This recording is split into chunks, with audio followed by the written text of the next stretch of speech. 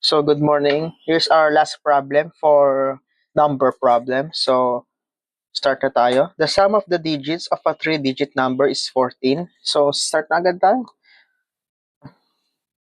So alam natin, naturo ko dun sa unang video natin about kapag 3-digit number. Yan ang 3-digit number.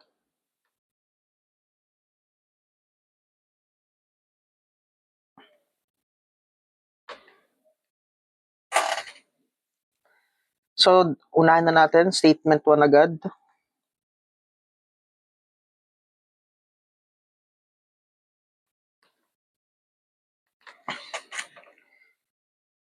The sum of the digits is 14. So sum of the digits is ganito.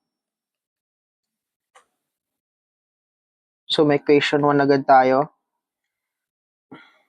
Next, the hundreds digit being 4 times the unit digit. So yung sa statement 2,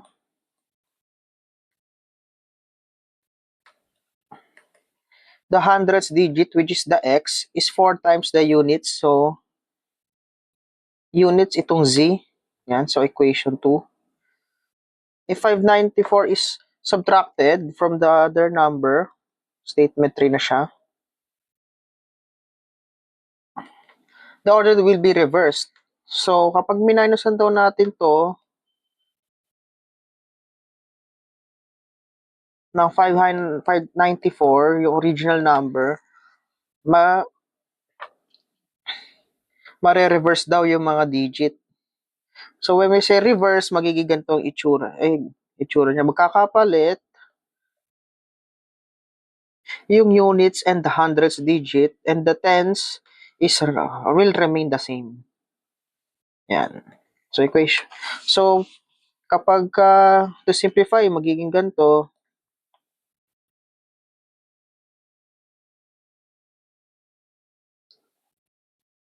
Magka-cancel si 10y pag nag-transpose. Tapos magiging 99z is equal to 594. So may equation, two equations, two unknowns tayo, no? So dito pa lang sa statement 2,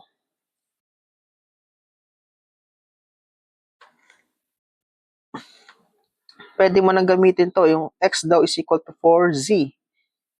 So ipalit mo na. So 99 4z minus 99z is equal to 594. Gamitin ulit natin ang ating pangmalakasang calculator.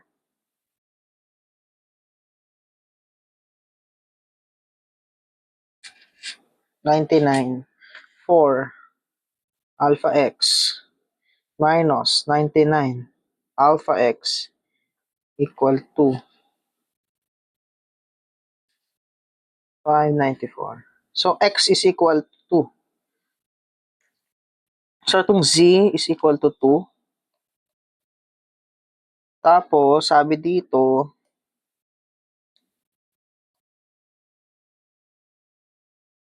x equal to 4z daw. So x is equal to 4 times 2 is equal to 8. And then dito, palit natin. So 8 plus y plus 2 equals 14. So y is equal to 4.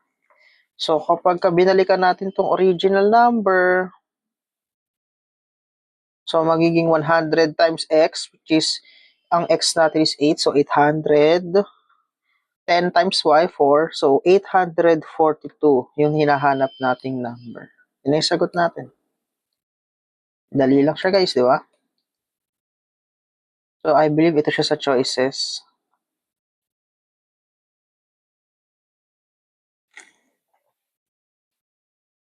So ganyan lang tayo mag-solve ng number problems.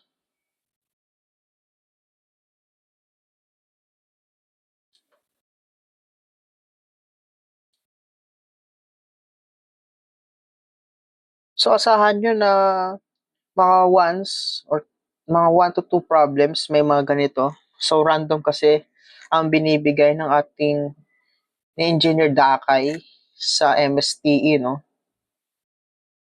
So, hindi pa rin nawawala yung mga ganitong problem pa isa-isa. 1 point din to guys. So, ang rule number 1, huwag kayong mag-aalay ng tanong sa board exam. As much as possible, gawin yung lahat para ma-solve siya. Then, may isa pa ako ituturo sa inyo. Ngayon, katulad nito guys, nakita nyo na yung Z natin, units digits is 2. Tapos tignan nyo na agad siya sa choices. Letter D lang naman siya sa choices eh. So, matik, pick nyo na agad itong letter D. Piliin nyo agad.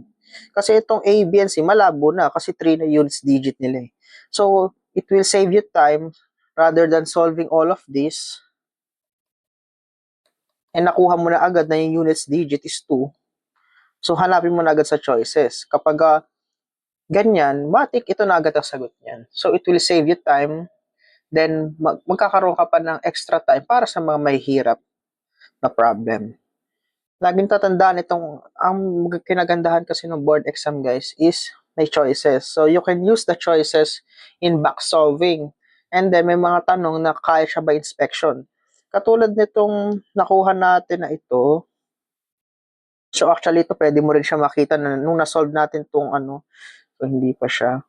Ito, di ba kanina na-solve natin to doon sa nakaraang video natin na yung isang 1/6 agad. So, matik, tignan mo na agad siya sa choices. So, ito may 1/6. So, matik yan na yan. So, it will save you time, no? Para dun sa mga mas mahirap pang problem. Use the choices kapag talagang Okay. So, this will end our topics in number problems. I think ang susunod natin is mixture problems naman. Yan. So, nung nakaraang board exam yata, 2023 and 2024, may lumabas na mixture problems, no? So, share na yung susunod nating tutorial. So, for more engineering tutorials for our upcoming videos, please like and subscribe and hit the bell button para updated tayo sa mga future engineering tutorials natin. So, good luck for the upcoming board exam, no?